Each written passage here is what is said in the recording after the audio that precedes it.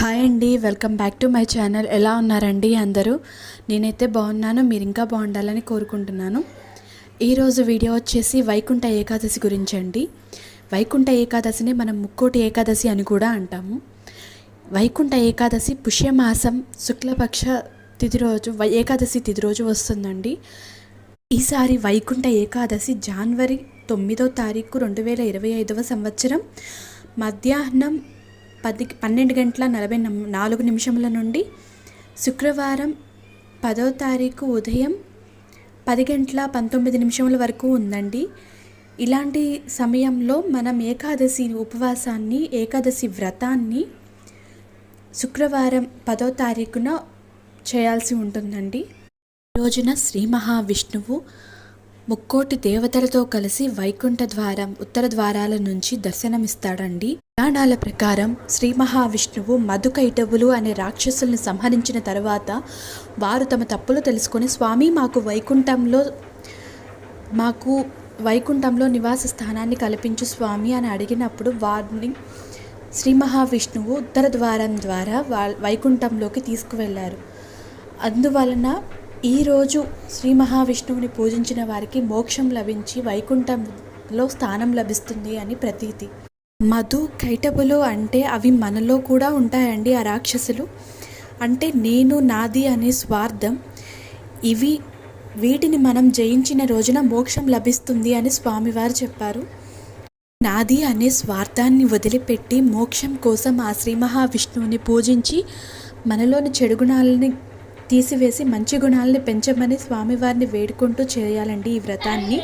ఈ ఏకాదశితో మనం ఉత్తరాయణంలో నుంచి దక్షిణాయనంలోకి ప్రవేశిస్తామండి. ఇక్కడ నుంచి అంటే చీకట్లో నుండి మనం వెలుతురులోకి వస్తాము. అలాగే మనం మనసులో ఉన్నటువంటి చెడు భావాలన్నిటినీ తీసివేసి ఆ భగవంతుడిని మంచి మనసుతో పూజించాలి. వైకుంఠ ఏకాదశిన ఉదయాన్నే బ్రహ్మముహూర్తంలో నిద్రలేచి స్నానమాచరించి శ్రీ మహావిష్ణువుని అష్టోత్తరముతో, స్వామివారి స్తోత్రాలతో, తులసి దళాలతో పూజించి స్వామికి షోడశోపచార పూజలు చేసి స్వామివారికి నైవేద్యాన్ని సమర్పించి హారతినివ్వాలి. తరువాత మనం విష్ణు ఆలయాలలోకి వెళ్ళి ఉత్తర ద్వార దర్శనం చేసుకోవాలి. ఈరోజు ఉపవాసం ఆచరించాలి అండి. మంచినీళ్ళు, పాలు తాగవచ్చు. ఉపవాసం ఆచరించాలి. ఆ రోజు రాత్రి జాగరణ చేస్తే చాలా మంచిది. విష్ణునామాన్ని స్మరిస్తూ జాగరణ చేయటం చాలా మంచిది. ఏకాదశి వ్రతం అనేది పురాణాల్లో ఉందనే కాదండి, వాటి వల్ల మన ఆరోగ్యానికి కూడా చాలా మంచిది. ఋషులు, పెద్దవాళ్ళు ఏ వ్రతాలు చెప్పినా, ఏ పూజలు చెప్పినా అందులో మనకి చాలా మంచి చేసే విషయాలే ఉంటాయండి.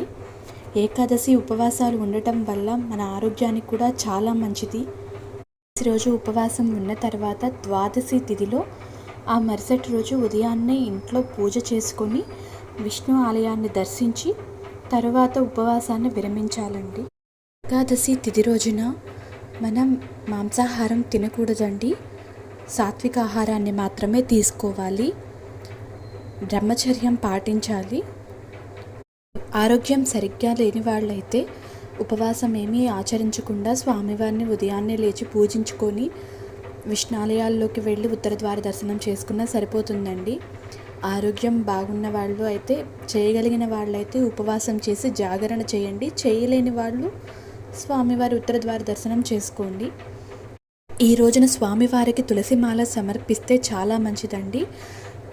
ఖచ్చితంగా అందరూ తులసిమాలలు సమర్పించడానికి చూడండి.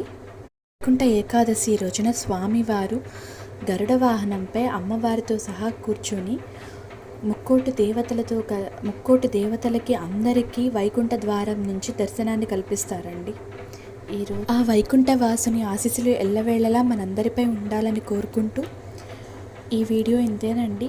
మరో మంచి వీడియోతో మళ్ళీ మీ ముందుకు వస్తాను.